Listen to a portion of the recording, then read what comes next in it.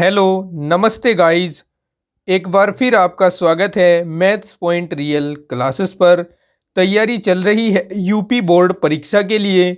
विषय है कृषि गणित तथा प्रारंभिक सांख्यिकी। बहुत सी वीडियोज चैनल पर अपलोड हो चुकी हैं। बहुत से क्वेश्चन जो मोस्ट इम्पोर्टेंट है मैं उनको सोल्व करवा चुका हूं। अगर आपने उन वीडियोज को अभी तक नहीं देखा है तो इस वीडियो के डिस्क्रिप्शन में और आई बटन में मैंने उनकी प्लेलिस्ट का लिंक दे दिया है। आप वहां जाकर प्रीवियस वीडियोज को देख सकते हैं। तो चलिए बिना देरी किए शुरू कर लेते हैं आज की अपनी क्लास को। इस क्लास में हम उन क्वेश्चंस को पढ़ेंगे जो दो दो नंबर के पूछे जाते हैं और मोस्ट इम्पोर्टेंट हैं।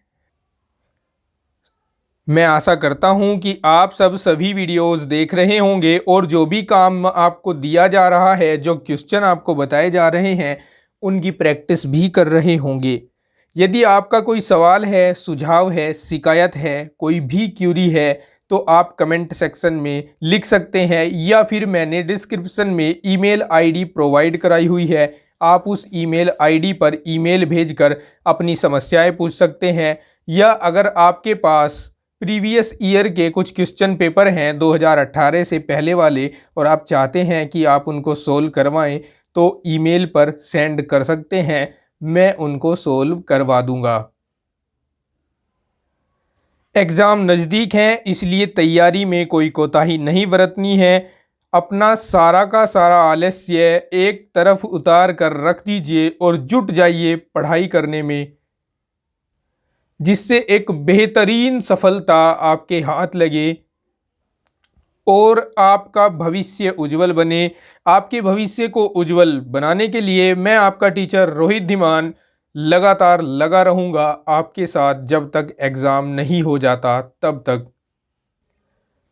मैथ्स में तो अब की बार धुआं उठा देना है बच्चों।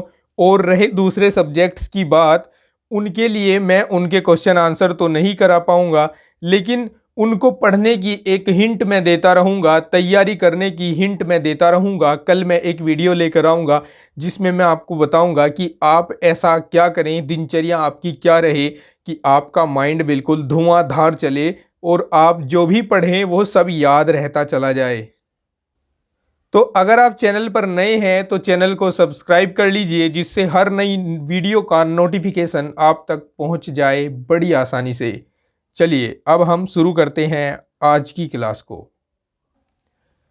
इससे ठीक प्रीवियस वीडियो में हमने समांतर श्रेणी तक के कुछ क्वेश्चन जो दो दो नंबर के मोस्ट इम्पोर्टेंट थे वो करा दिए थे।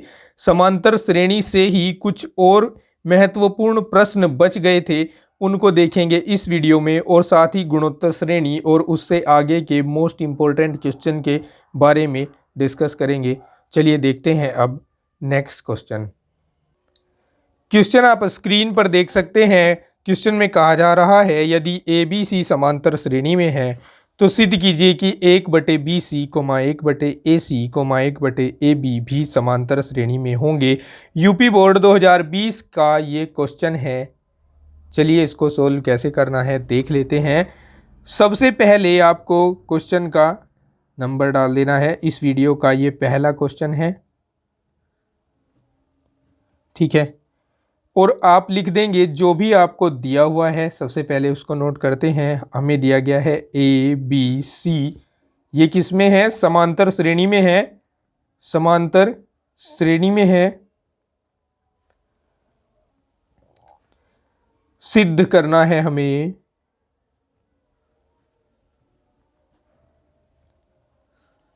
एक बटे BC, 1/CA, 1/AB, ये भी किस में होगा? समांतर श्रेणी में होगा, ठीक है। देखिए यहां हमें सिद्ध करने के लिए कहा है कि ABC समांतर श्रेणी में है तो ये भी समांतर श्रेणी में होगा। तो इसका मतलब इसका उल्टा भी तो सच होगा कि भाई अगर ये समांतर श्रेणी में हो जाए तो ये समांतर श्रेणी में होंगे। अगर ये समांतर श्रेणी में है तो ये भी समांतर श्रेणी में होंगे, और अगर ये समांतर श्रेणी में है तो ये भी समांतर श्रेणी में होंगे। तो अगर हम इसको यहां से लेकर यहां तक प्रूव करें तो थोड़ा कठिन हो जाएगा हमारे लिए। हम इसको उल्टा प्रूव कर देते हैं। क्योंकि आप चाहे इसको सीधा प्रूव करिए या उल्टा प्रूव करिए, किसी तरह का कोई नंबर नहीं काटा जाएगा। आप लेकिन लिखने का तरीका अच्छा होना चाहिए। अगर आपने लिखने में कोई कंजूसी कर दी या गलती कर दी तो आपके नंबर कट सकते हैं।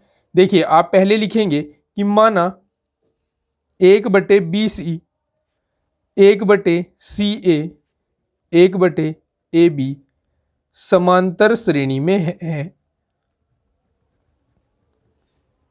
तब हम सिद्ध करेंगे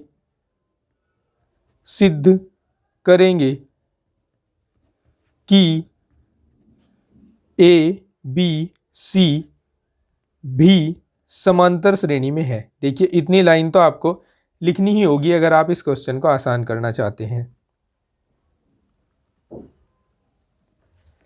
अब चूंकि जब 3 पद समांतर श्रेणी में होते हैं तो बीच के पद का दुगना, बीच का पद है 1/CA, इसका दुगना यानी 2/CA पहले और तीसरे पद के योग के बराबर हो जाता है, 1/BC प्लस 1/AB। समझ आया? या इसको हम लिख देंगे 2/CA। एलसीएम लीजिए, एलसीएम हो जाएगा ए बी और सी, ABC। देखिए, यहाँ B तो है, C भी है, बट A नहीं है, तो A का मल्टीप्लाई इधर होगा, ये A, और इधर कौन जाएगा, इधर C जाएगा, ये A प्लस C हो जाएगा। क्रॉस मल्टीप्लाई कीजिए, क्रॉस मल्टीप्लाई करके इसकी मल्टीप्लाई इधर होगी और इसकी मल्टीप्लाई इधर होगी, तो हम इसको लिख सकते हैं 2ABC equals to CA into A plus C, और A से A, C से C कैंसिल कीजिए तो 2B equals to A plus C हो जाएगा। इसका दुगना हो रहा है, इसका मतलब ये बीच का पद है, पहला और तीसरा पद जुड़ा हुआ है, तो हम कह सकते हैं अतः ABC समांतर श्रेणी में है, और यही हमें इसमें सिद्ध करना था, जो हम कर चुके हैं। बिना देरी किए आते हैं नेक्स्ट क्वेश्चन पर। Question number 2। क्वेश्चन नंबर 2 में हमसे कहा है कि A² B² C² समांतर श्रेणी में हो तो सिद्ध कीजिए कि 1/B plus C 1/C plus A 1/A plus B भी समांतर श्रेणी में होंगे। ठीक है, ये सॉल्यूशन है क्वेश्चन नंबर 2 का। हमें दिया है A² B² C² समांतर श्रेणी में है, तो इसका मतलब होगा 2B² equals to A² plus C² होगा ना? बिल्कुल होगा। बीच के पद का दुगना, पहला पद प्लस दूसरा पद, इसके बराबर। सिद्ध करना है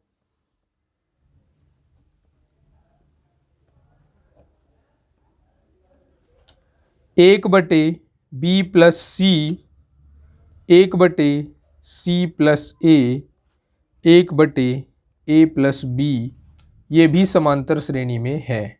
हम इसको कन्वर्ट कर लेते हैं। कन्वर्ट करके हम लिखेंगे, माना 1/B plus C 1/C plus A 1/A plus B ये समांतर श्रेणी में है, तब हम सिद्ध करेंगे कि A² B² C² भी समांतर श्रेणी में है, अर्थात हम सिद्ध करेंगे ये। ठीक है, अब देखिए, ये तीनों पद समांतर श्रेणी में है, तो बीच के पद का दुगना यानी 2/C प्लस A बराबर होगा पहला प्लस तीसरा। क्रॉस मल्टीप्लाई कराएंगे, 2/C प्लस A ये B plus C into A plus B हो जाएगा, अपॉन इसके अपॉन में लिखोगे A plus B plus B plus c. ठीक है, यहाँ 2/c+a है और यहाँ पर 2b+a+c हो जाएगा और अपॉन में b+c इंटू a+b हो जाएगा। क्रॉस मल्टीप्लाई कराएंगे, देखिए इन दोनों की आपस में भी और दो की भी इनके साथ मल्टीप्लाई कराऊंगा मैं। ये बी ए लिख दूंगा इसको और दो ये है, यहाँ से चिपका दिया साथ में। बी और बी की मल्टीप्लाई b² तो 2b²। बी और बी अब सी और ए तो 2ca, सी और बी 2cb। इनकी मल्टीप्लाई कराएंगे इनके साथ तो 2b की मल्टीप्लाई c के साथ होगी तो 2bc हो जाएगा। फिर a के साथ होगी 2ab हो जाएगा। फिर a की और c की मल्टीप्लाई ac, a की और a की मल्टीप्लाई a²। फिर c की और c की मल्टीप्लाई c²। फिर c की और a की मल्टीप्लाई ac। ठीक है, अब हम देखें कि क्या क्या कैंसिल होगा। 2ab से 2ab,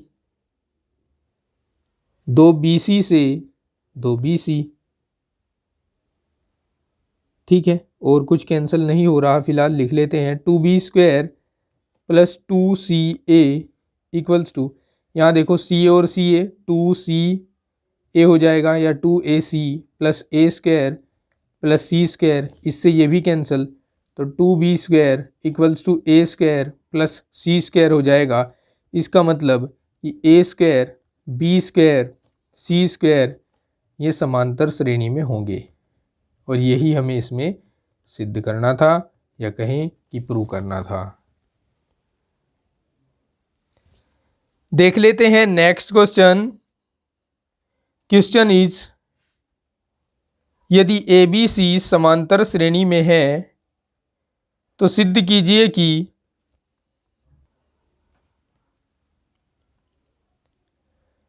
a into b plus c upon b c, b into c plus a upon c a, c into a plus b upon a b भी समांतर श्रेणी में होंगे। ठीक है, देखते हैं solution of question number 3।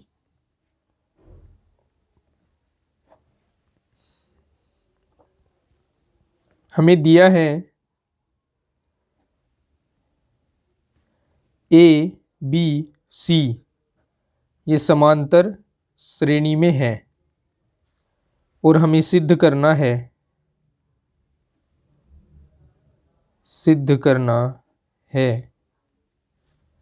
a into b plus c upon b c, b into c plus a upon c a, c into a plus b upon a b ये भी समांतर श्रेणी में होंगे।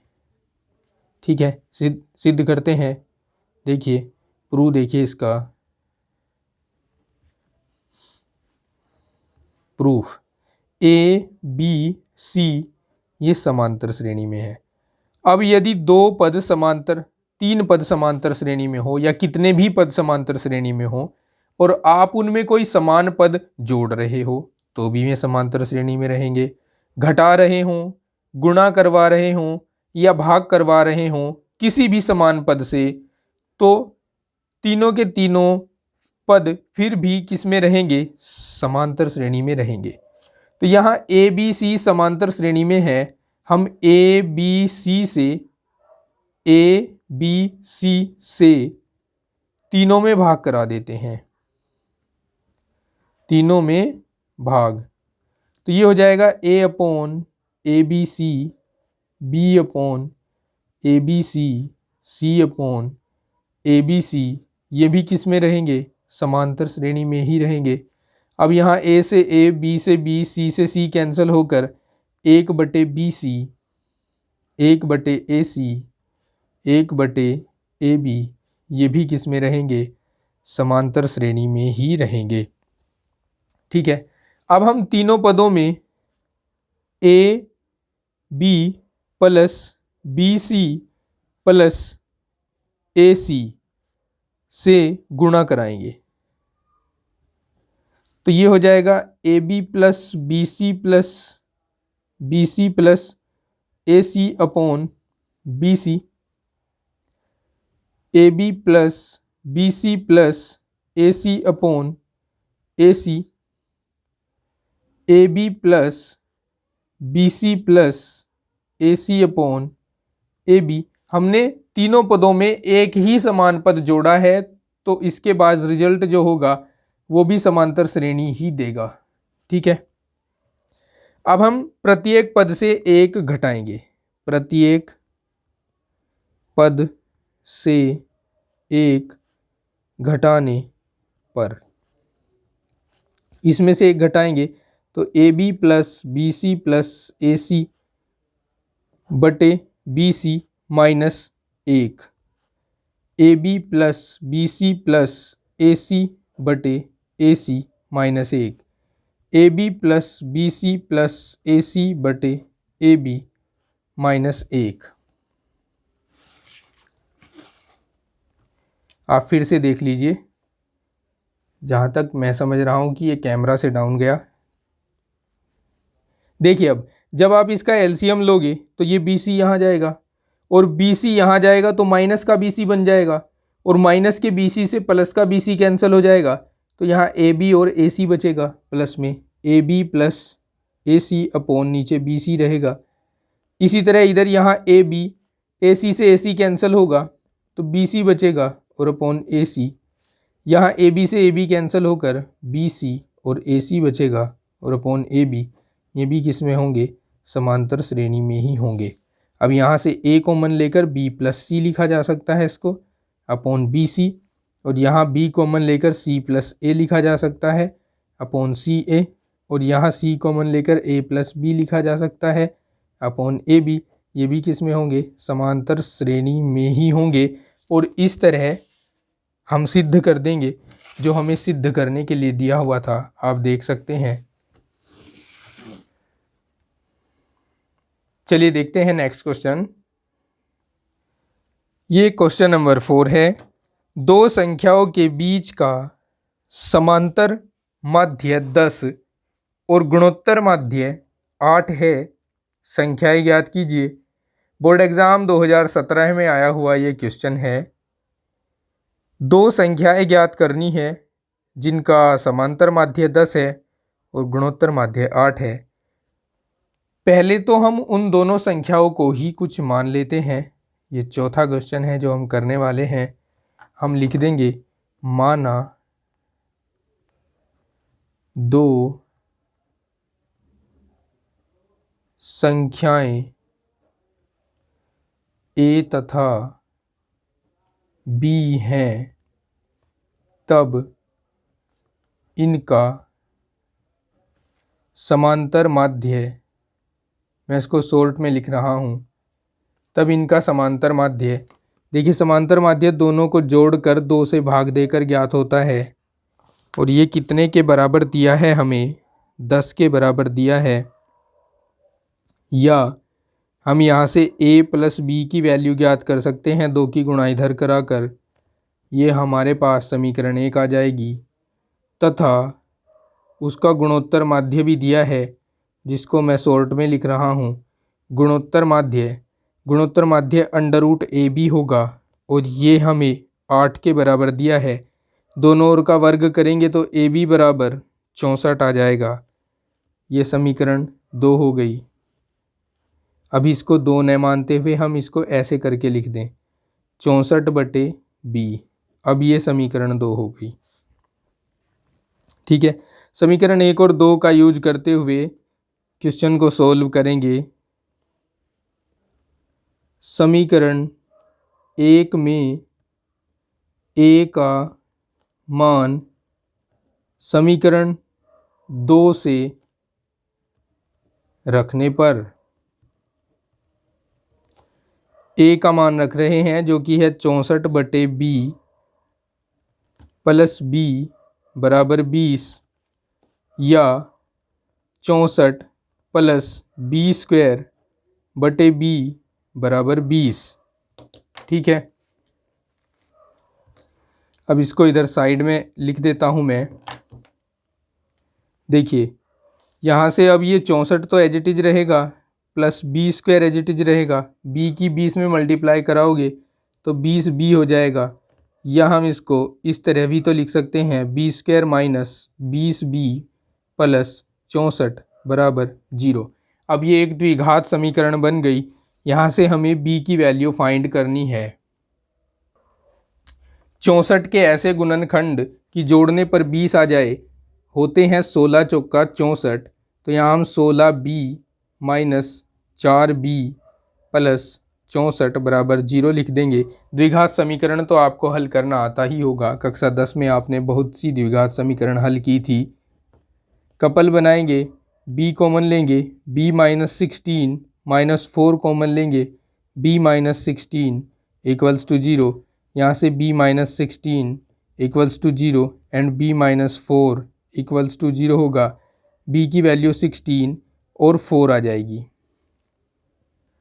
ठीक है, जब b की वैल्यू 16 और 4 है तब a की वैल्यू, तब a बराबर, देखिए जब b की वैल्यू 16 है तो आप समीकरण 2 में b की जगह 16 रखोगे तो 16 चौका 64 4 बार कटेगा, तो ये उल्टा आ जाएगा। जब b की वैल्यू 16 है तो a की वैल्यू 4, और जब b की वैल्यू 4 है तो a की वैल्यू 16।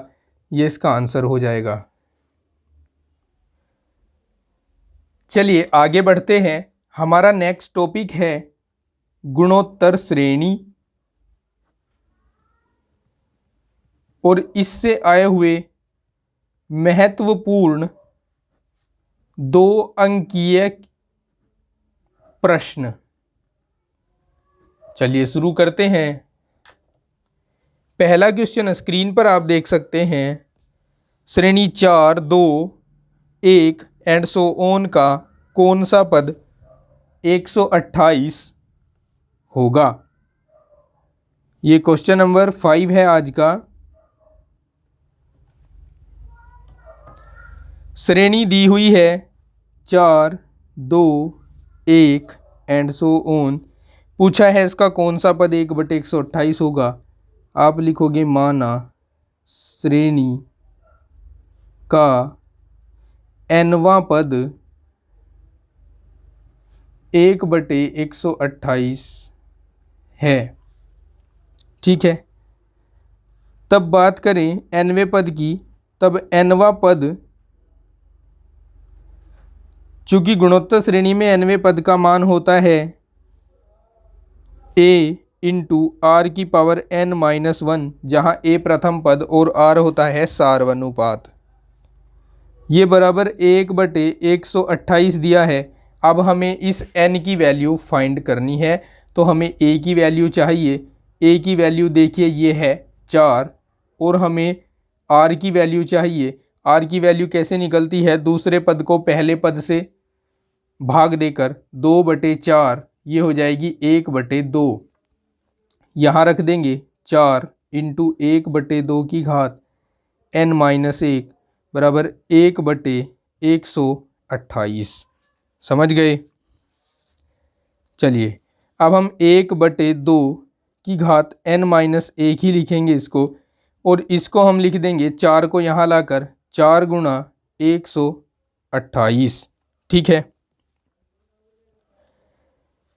या 1/2 की घात n-1। और देखिए यहाँ ना, ये तो 2 की घात 2 है और 128 होता है 2 की घात 7, तो 2 की घात 2 तो ये है, 2 की घात 7 ये है, तो 2 की घात 9 हो जाएंगे, जिसको हम 1/2 की घात 9 लिखेंगे।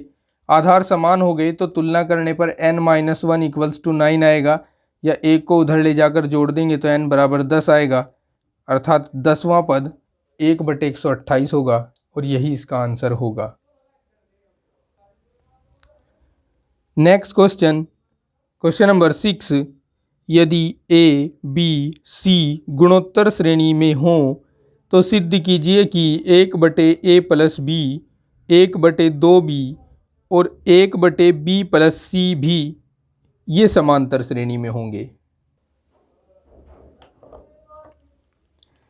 देखिए क्वेश्चन 6।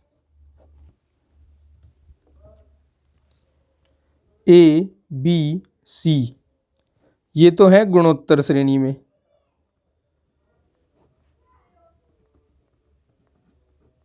ठीक है, इसका मतलब कि बीच के पद का स्क्वायर बराबर है पहला पद गुणा तीसरा पद।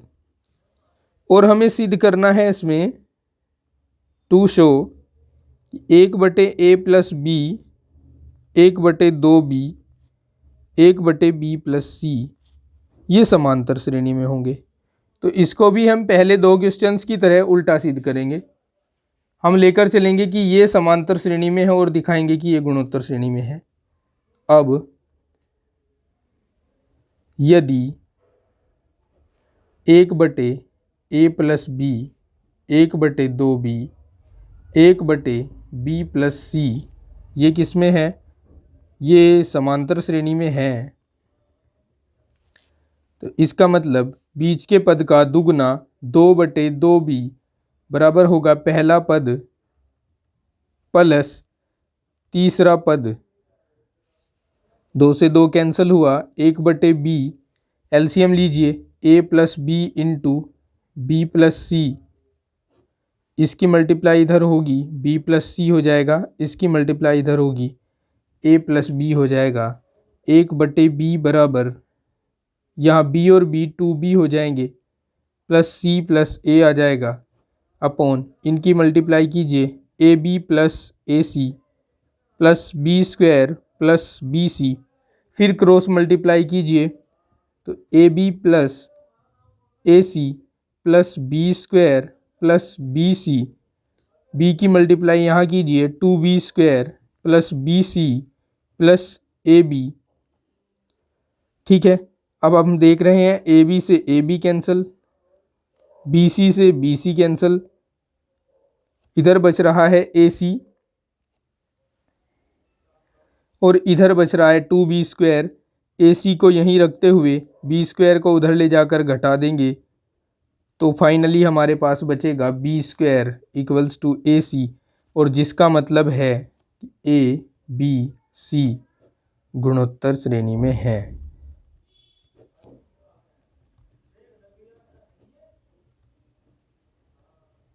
और यही हमें इसमें सिद्ध करना था। देखिए question number 7,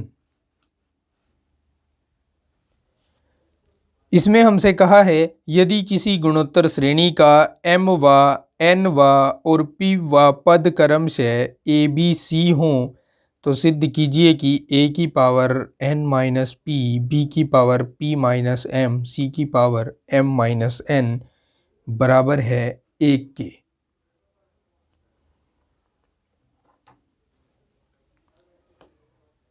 this is solution of question number 7। हमें दिया हुआ है गुणोत्तर श्रेणी का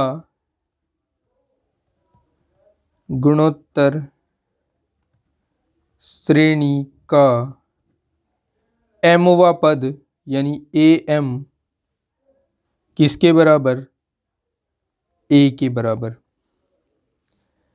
nवा पद यानी an b के बराबर, pवा पद यानी ap c के बराबर। देखिए अगर गुणोत्तर श्रेणी में बात करें nवें पद की तो वो होता है a r की पावर n-1, जहाँ a होता है प्रथम पद, लेकिन यहाँ a ऑलरेडी आ चुका है। तो आप यहाँ मान लो, यहाँ लिख दीजिए ऊपर एक लाइन, माना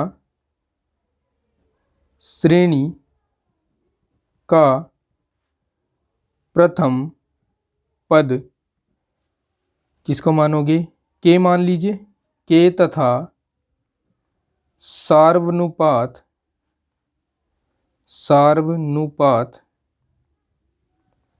आर है। ठीक है,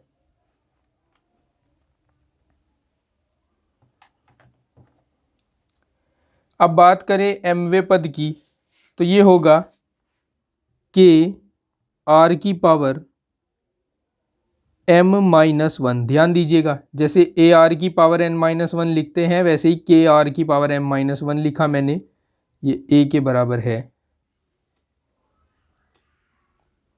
ठीक है, यहां से लिखेंगे के आर की power n minus one equals to b, और यहां से लिखेंगे के आर की power p minus one equals to c. समीकरण 1 मान लीजिए, समीकरण 2, समीकरण 3। फिर आप लिखिए जो आपको इसमें सिद्ध करना है। सिद्ध करना है a की power n minus P, b की power p minus m, c की पावर m माइनस n बराबर 1। ठीक है, अब देखिए यहाँ हमारे पास समीकरण 1 में a है और जो हमें प्रूव करना है उसमें है a की पावर n माइनस पी। तो हम समीकरण 1 में a की पावर n माइनस पी ले लेंगे, इसी तरह इसकी पावर भी और इसकी पावर भी n माइनस पी हो जाएगी। तो हम लिखेंगे समीकरण 1 में घात n माइनस पी लेने पर ये हो जाएगा a की घात n माइनस पी, फिर k की घात n माइनस पी, और साथ ही r की घात m माइनस वन तो पहले से है, n माइनस पी और जुड़ गई। इसको हम समीकरण 4 मानेंगे। समीकरण 2 में घात, समीकरण 2 में कितनी घात लोगे ये बताएगा, p माइनस m लेने पर ये b की घात p माइनस m हो जाएगा बराबर k की घात p माइनस m, r की घात n minus one into p minus m। ये समीकरण 5 मान लेना। समीकरण 3 में घात, इसकी घात क्या लोगे m माइनस n लेने पर ये हो जाएगा c की घात m माइनस n, k की घात m माइनस n, r की घात p minus one into m minus n। ये समीकरण 6 मान लीजिए। अब हमें जो प्रूव करना है उसमें a की घात n माइनस पी, b की घात p माइनस m, c की घात m माइनस n, ये तीनों गुणा कराए गए हैं। तो हम समीकरण 4, 5 और 6 की गुणा करा देंगे। समीकरण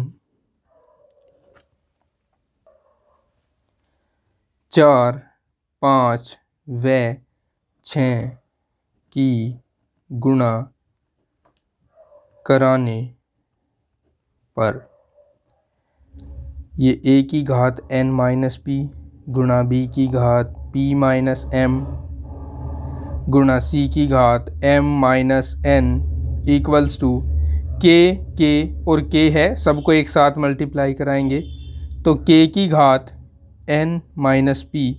एक थोड़ा सा यहाँ मैं थोड़ा शॉर्ट चलूँगा और आपको समझाते हुए चलूँगा, क्योंकि आप इतने भी कमज़ोर बच्चे अब नहीं रहे हैं, 11th में आ गए हैं कि आप इस चीज़ को भी ना समझ पाए। देखिए के और के तीनों आधार समान होंगे जब मैं यहाँ गुणा कराऊंगा, तो गुणा में इसलिए इनकी घातें क्या होंगी, जुड़ जाएंगी। तो इनकी घातों को जोड़ दीजिए b minus m, m minus n। फिर मैं r के साथ भी ऐसा ही करूँगा। यहाँ देखिए r समान है तो मैं एक बार r लिखूँगा और इन सब की घातों को ऐड कर दूंगा। इसके लिए मैं r को यहाँ नीचे लिख रहा हूँ क्योंकि आगे जगह नहीं बचेगी। m minus one n minus P plus n minus one p minus m plus p minus one m minus n। Correct, समझ आ गया ना। चलिए अब जादू देखिए, LHS को तो जो का त्यों लिखिए।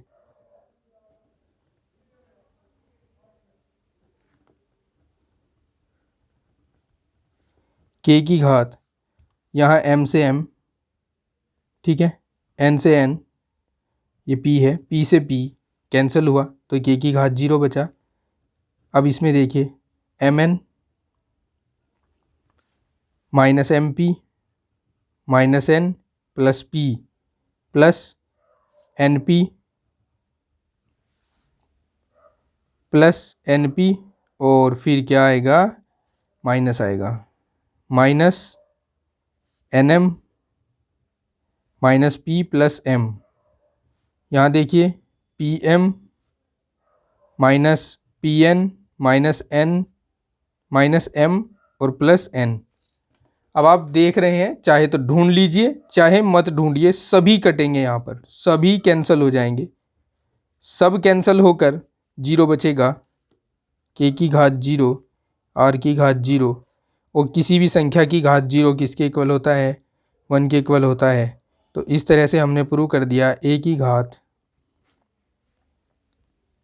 n माइनस p, b की घात p माइनस m, c की घात m माइनस n बराबर 1, प्रूव्ड। अगला प्रश्न देखिए, इसमें कहा है कि ए बी सी गुणोत्तर श्रेणी में है तथा a की घात 1/x बराबर b की घात 1/y बराबर c की घात 1/z, तो सिद्ध कीजिए कि x y z समांतर श्रेणी में होंगे। ठीक है, चलिए शुरू करते हैं। This is solution of question number 8। Given a b c, ये किस में है, गुणोत्तर श्रेणी में है। तो इसका मतलब क्या हुआ कि बी स्क्वायर इक्वल्स टू ए सी हो गया। इसको आप समीकरण 1 मानिए।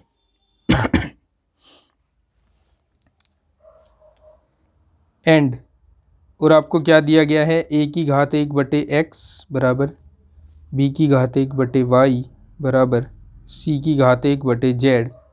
इसको आप k के इक्वल मान लीजिए, और अब तीनों को अलग अलग k के इक्वल रखोगे तो a की घात 1/x बराबर k हो जाएगा, b की घात 1/y बराबर k हो जाएगा, c की घात 1/z बराबर भी k हो जाएगा। या हम इस घात को इधर ले जाएंगे तो ये घात जाकर इधर अंश में चली जाएगी, यानी k की घात x हो जाएगा, b बराबर k की घात y हो जाएगा, c बराबर k की घात z हो जाएगा। ठीक है, अब हम समीकरण 1 का यूज करेंगे। समीकरण 1 से, समीकरण 1 से b स्क्वायर बराबर है ac के, b की वैल्यू रखेंगे k की घात y, इसका स्क्वायर, a की वैल्यू रखेंगे k की घात x, c की वैल्यू रखेंगे k की घात z। ये k की घात 2y हो जाएंगे और ये k की घात x प्लस z हो जाएंगे। आधार समान है तो तुलना करेंगे, 2y बराबर x प्लस z हो जाएगा, जो कि बताता है कि x y z समांतर श्रेणी में है।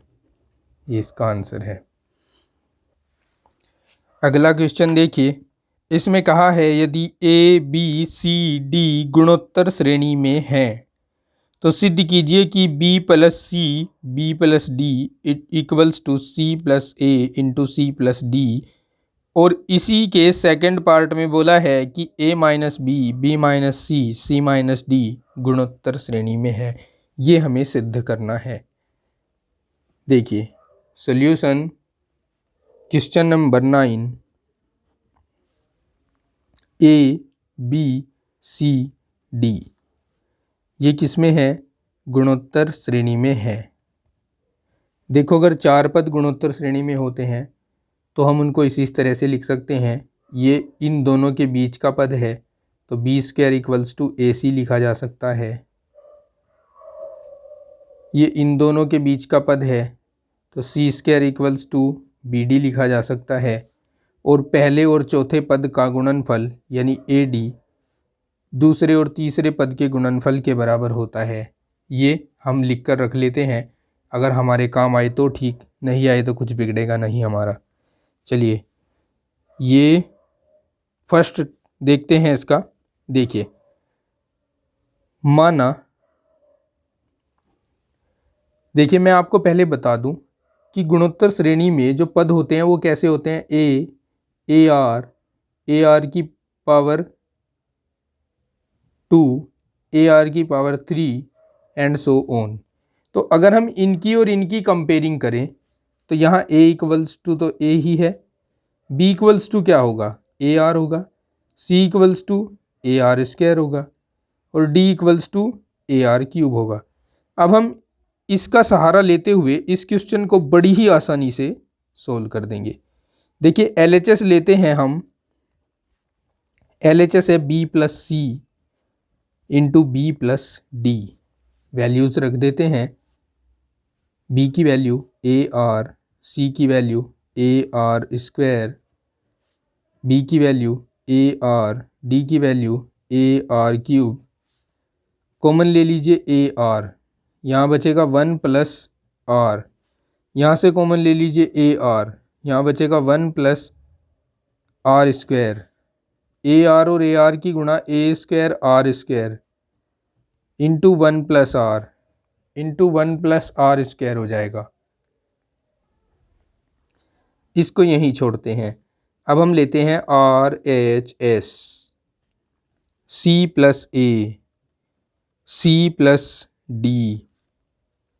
सी की वैल्यू देखिए, सी की वैल्यू क्या रखोगे, सी की वैल्यू ए आर स्क्वायर रखोगे, ए की वैल्यू तो ए ही रहेगी, सी की वैल्यू ए आर स्क्वायर और डी की वैल्यू ए आर क्यूब।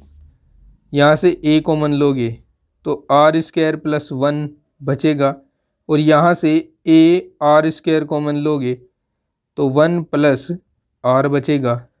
मल्टीप्लाई कराइए, ये ए स्क्वायर आर स्क्वायर बन जाएगा। पहले इसको लिख दीजिए 1 प्लस आर, फिर इसको लिख दीजिए 1 प्लस आर स्क्वायर। और क्या LHS और RHS इक्वल नहीं आ गए, बिल्कुल इक्वल आ गए। तो आप लिख दोगे LHS equals to RHS proved. क्या प्रूव्ड हुआ वो भी लिखोगे, b plus c into b plus d equals to c plus a into c plus d. अब देखिए इसी का सेकंड पार्ट है जिसमें हमें ये सिद्ध करना है कि a minus b, b minus c, c minus d ये गुणोत्तर श्रेणी में है। ये सिद्ध करने के लिए अगर हम ये दिखा देते हैं कि ये बीच के पद का स्क्वायर पहले और तीसरे पद के गुणनफल के बराबर होगा तो हमारी बात बन जाएगी। तो इसके लिए हम पहले और तीसरे पद का गुणनफल लेकर चलते हैं। अब a minus b into c minus d, और इन दोनों का गुणनफल हमें दिखाना होगा b माइनस सी का होल स्क्वायर। चलिए शुरू कर देते हैं। A c minus a d minus b c plus b d. A c, अब यहाँ देखिए ये जो हमने ऊपर पहले ही लिख कर रखा था, ए सी किसके इक्वल है, बी स्क्वायर के। बी डी किसके इक्वल है, सी स्क्वायर के। तो यहाँ पर देखिए अब ए सी की जगह क्या रखोगे, बी स्क्वायर, और बी डी की जगह क्या रखोगे, सी स्क्वायर। ठीक है, ये ए डी है, ए डी रहने दीजिए इसको। लेकिन बी सी की जगह क्या रखोगे, यहाँ से आप देख सकते हैं, यहाँ से आप देख सकते हैं, अच्छा यहाँ थोड़ा बदलिए इसको, क्योंकि हम इसको b माइनस सी का होल स्क्वायर बनाना चाहते हैं, इसलिए बी सी को तो एज इट इज रखा जाएगा, बट ए डी की जगह हम बी सी को रख देंगे इस प्रतिबंध से। तो हम यहाँ पर बी सी रखेंगे। अब ये बी स्क्वायर प्लस सी स्क्वायर और ये minus b c minus 2bc हो जाएगा। ठीक है, और ये बन जाएगा b माइनस सी का होल स्क्वायर। और भैया यही तो हमें दिखाना था, implies that a minus b, b minus c, c minus d ये किस में होंगे, गुणोत्तर श्रेणी में होंगे।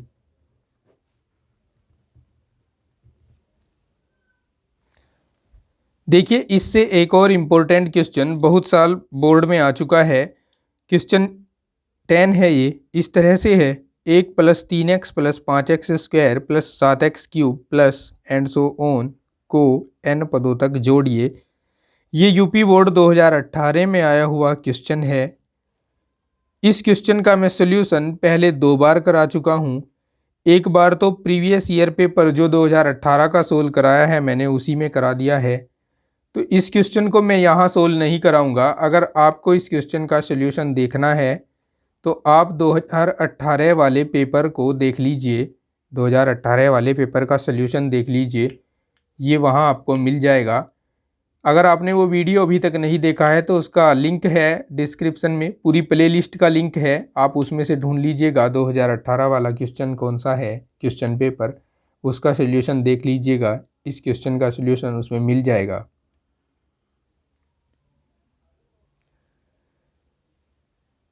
वीडियो का नेक्स्ट पार्ट जब आएगा तो उसमें हम त्रिकोणमिति के सभी 2 नंबर वाले इम्पोर्टेंट क्वेश्चंस की बात करेंगे।